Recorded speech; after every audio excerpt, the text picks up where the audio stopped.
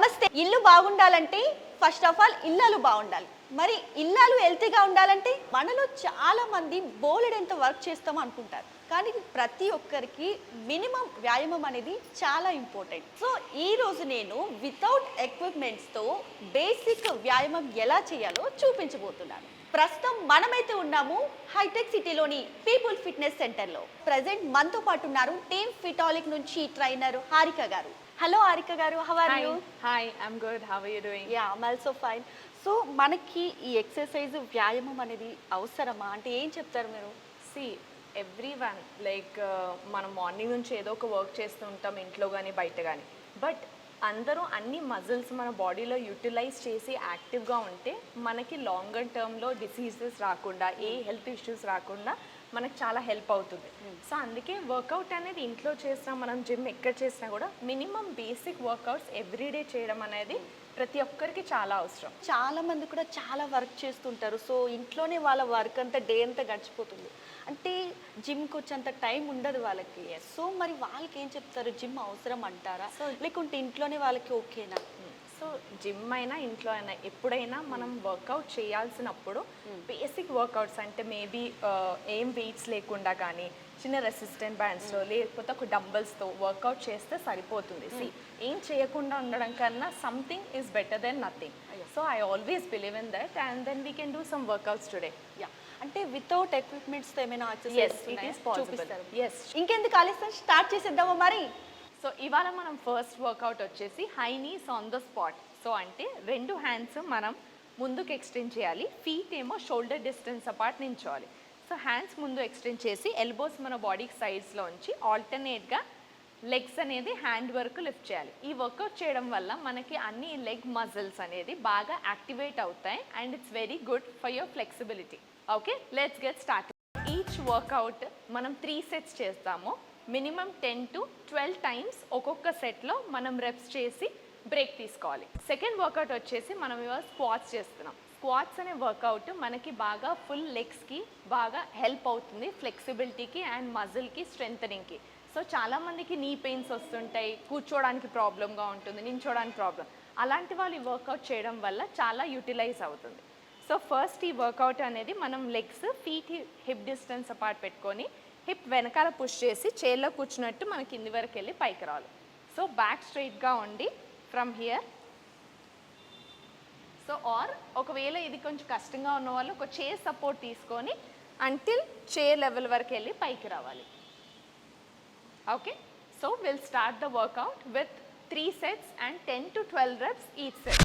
So ఈ వర్కౌట్లో మన core work out, చాలామందికి స్టమక్లో బెల్లీ ఫ్యాట్ అనేది చాలా ఇష్యూ ఉంటుంది నౌడేస్. సో ఈ వర్కౌట్ చేసిన వాళ్ళకి ఈ మజిల్స్ బాగా యాక్టివేట్ అయ్యి బాగా యూటిలైజ్ అవుతుంది అండ్ దెన్ క్యాలరీ బర్నింగ్కి కూడా చాలా హెల్ప్ చేస్తుంది. సో ఫస్ట్ ఈ వర్కౌట్ చేయడానికి హిప్ డిస్టెన్స్ అపార్ట్ నించొని హ్యాండ్ పైకి లిఫ్ట్ చేయాలి. So alternate hand and leg touch చేస్తూ నా లెగ్ పై వరకు లిఫ్ట్ చేస్తూ అండ్ దెన్ రిలీజ్ చేయాలి. So hand and then toe will touch in the centre, ఆల్టర్నేట్గా రిలీజ్ చేయాలి. Let's start the workout now. 1 2 3 4 5 6 7 8 9 and 10. But kicks. So ఈ work out అనేది మనం స్టాండింగ్లో పొజిషన్లో ఉండి నీ బెండ్ చేసి ఆల్టర్నేట్ లెగ్ అనేది హిప్ వరకు టచ్ అయ్యేలాగా బెండ్ చేసి బాడీ బ్యాలెన్స్ చేస్తూ కంట్రోల్ ఉండాలి. సో ఒక లెగ్ పైన బ్యాలెన్స్ చేస్తూ లెగ్ బెండ్ చేయాలి. సో ఇది నియర్ ద నీ అరౌండ్ మజిల్స్ కానీ ఈ థైస్ వెనకాల మజిల్ కానీ స్ట్రెంగ్తెన్ చేయడానికి బాగా యూటిలైజ్ అవుతుంది. Okay, now let's get started. 1 2 3 4 5 6 7 8 9 and 10.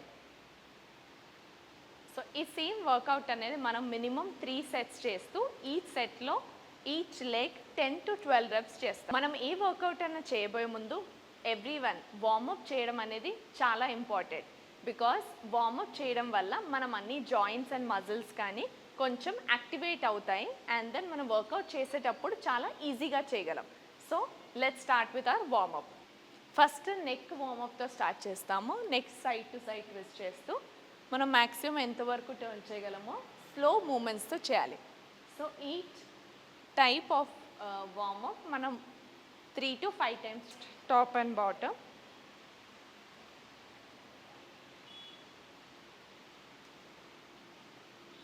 Four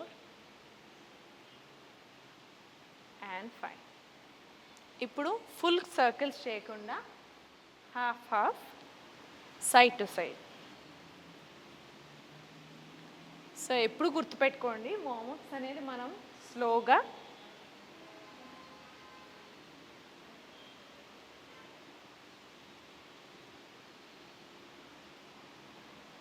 okay. Next hand rotation. Elbow అనేది స్ట్రైట్గా పెట్టి షోల్డర్ నుంచి clock wise and anti clock wise మనం 5 times చేస్తాం. 3, 4 and 5. Other hand. 1, 2, 3, 4 and 5. Now opposite direction.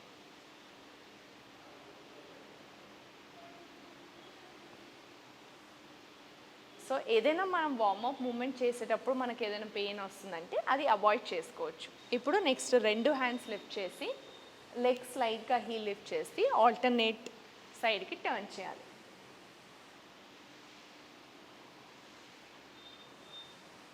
Next hip rotation. So complete rotation of the hip, clock wise 5 and anti clock wise 5.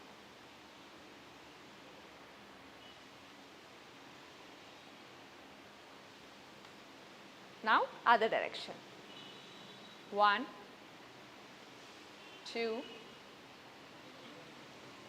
3, 4 and 5. Now each leg lift చేసి side turning బయటికి తీసుకొని and leg front కి.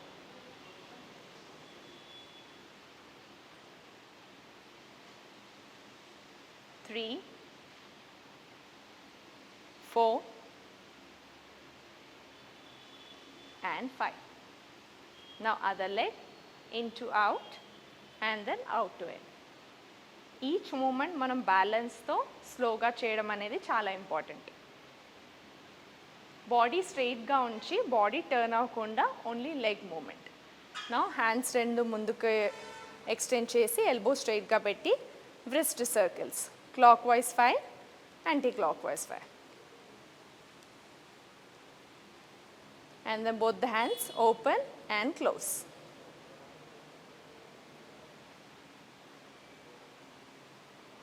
ఇప్పుడు 2 legs అనేది వైడ్గా ఎంత మనం body balance చేయగలమో అంత వైడ్గా ఎక్స్టెండ్ చేసి ఆల్టర్నేట్గా మనం నీ బెండ్ చేయకుండా టో టచ్ చేయాలి.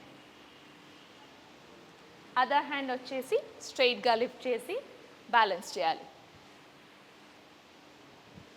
6 and 7. ఓకే. Next variation for hamstring. So మనకి ఎప్పటికైనా చాలామంది నీ పెయిన్ ఏదైనా ఉన్న వాళ్ళకి మన థైస్ అండ్ హ్యామ్స్ట్రింగ్స్ అనేది వర్క్ చేయడం చాలా important. So for that bend down and come up.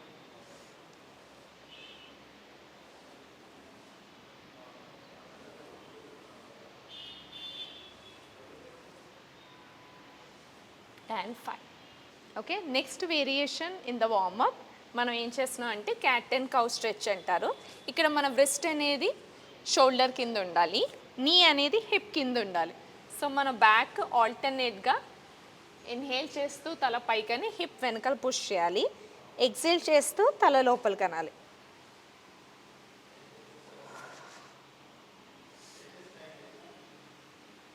So back అనేది మనకి చాలామంది కూర్చోవడం వల్ల స్టిఫ్గా ఉంటుంది. సో ఈ క్యాట్ అండ్ కౌ పోస్చర్ చేయడం వల్ల ఆ స్టిఫ్నెస్ అనేది రిలీజ్ అయ్యి బాడీ ఫ్లెక్సిబిలిటీ అనేది ఇంప్రూవ్ అవుతుంది. చాలా మంది ఫిగర్ కాన్షియస్ అయ్యారు. మీరు కూడా హ్యాండ్స్ తగ్గాలని కొందరు, థైస్ తగ్గాలని కొందరు, సైడ్ బల్స్ తగ్గాలని కొందరు ఎక్సర్సైజెస్ కోసం సర్చ్ చేస్తూ ఉంటారు. నిజంగా ఒక్క ఎక్సర్సైజ్ తో పర్టికులర్ పార్ట్ తగ్గుతుందా? హారిక గారు, పర్టికులర్ ఎక్సర్సైజ్ వల్ల స్పాట్ రిడక్షన్ వర్కౌట్ అవుతుంది? స్పాట్ రిడక్షన్ అనేది యాక్చువల్లీ చాలా పెద్ద మిత్ అండి. ఇవాళ రేపు అనుకుంటాం, అంటే చాలా వీడియోస్ ఉంటాయి వర్కౌట్ చేయడం వల్ల, క్రంచెస్ చేయడం వల్ల స్టమక్ తగ్గుతుందని, స్క్వాట్స్ చేయడం వల్ల హిప్స్ తగ్గుతాయని. సో మోస్ట్లీ మనం వర్కౌట్ చేయడం వల్ల మజిల్స్ అనేది యాక్టివేట్ చేస్తాం. బట్ ఎప్పుడైనా మనం వర్కౌట్ చేయడం వల్ల మనకు హెల్తీగా ఉంటాం, ఎందుకంటే బాడీ మూమెంట్ ఉంటుంది. బట్ మనం ప్రాపర్ డైట్ ఫాలో అవుతూ డైలీ యాక్టివ్గా ఉండు, అంటే వాకింగ్ చేయడం కానీ ఏదో ఒకటి.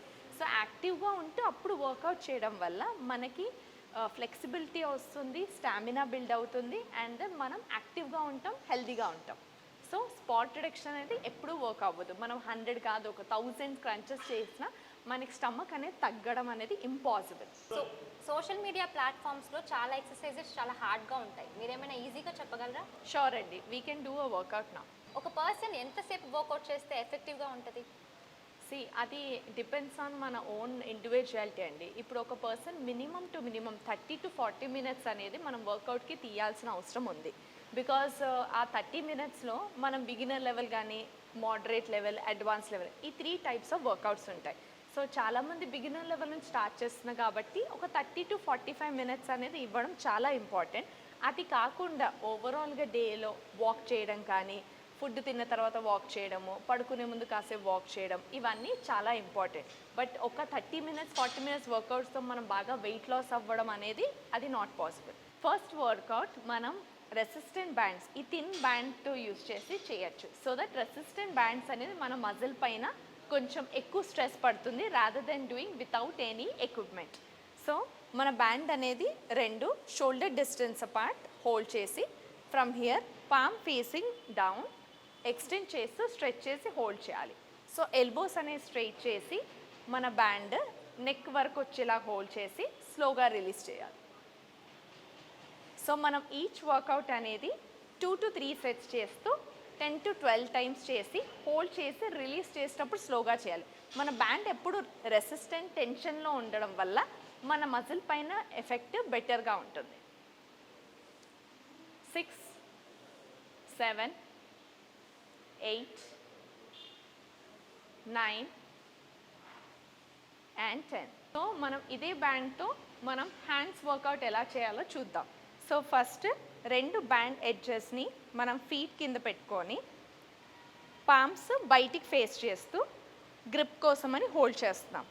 సో ఈ హ్యాండ్స్ మన చెస్ట్ వరకు లిఫ్ట్ చేస్తూ ఎల్బో దగ్గర బెండ్ చేస్తూ పైకి లిఫ్ట్ చేయాలి. 4, 5, 6, 7, 8, 9, 10. ఈజీగా ఉంటే ఇంకొక 5 ఎక్స్ట్రా రెప్స్ కూడా చేయొచ్చు మనం.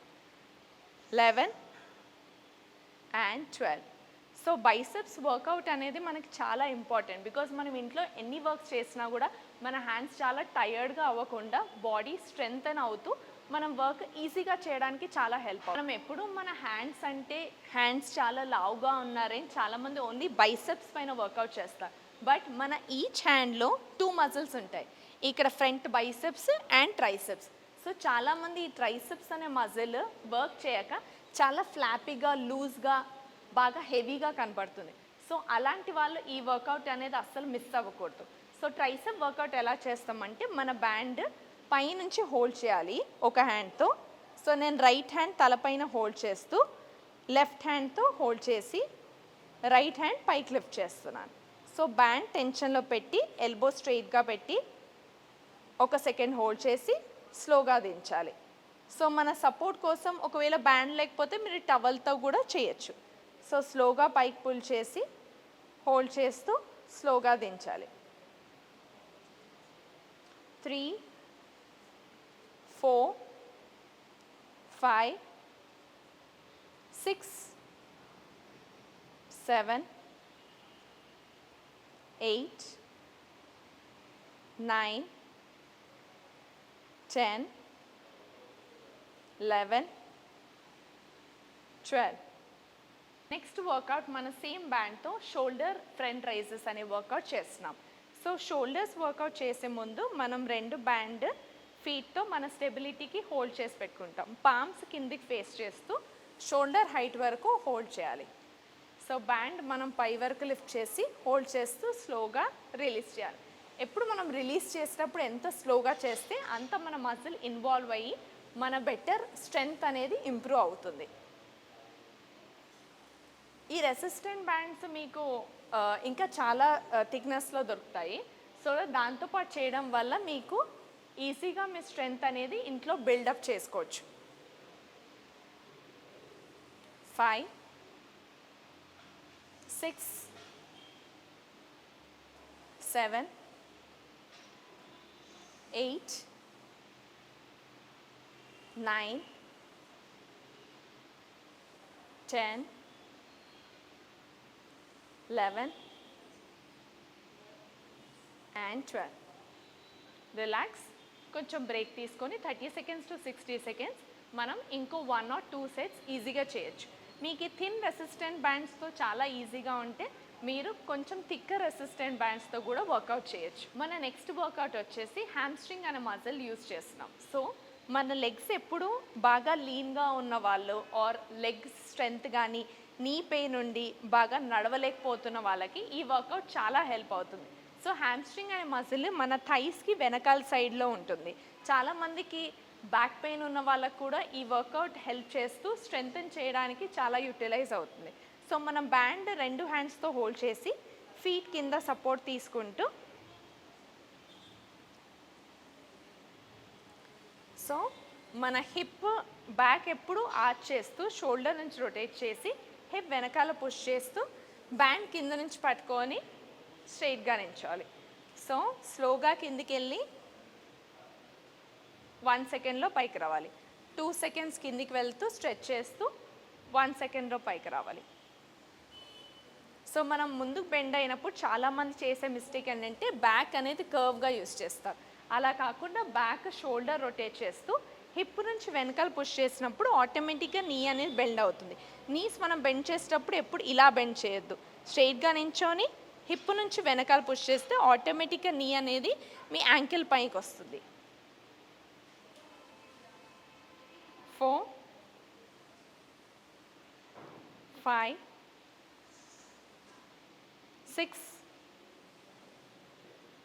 7, 8, 9, 10, 11, 12. Thank you so much Harika గారు. చాలా ఈజీ అండ్ సింపుల్ వర్కౌట్స్ నేర్పించారు. Thank you so much. Welcome అండి.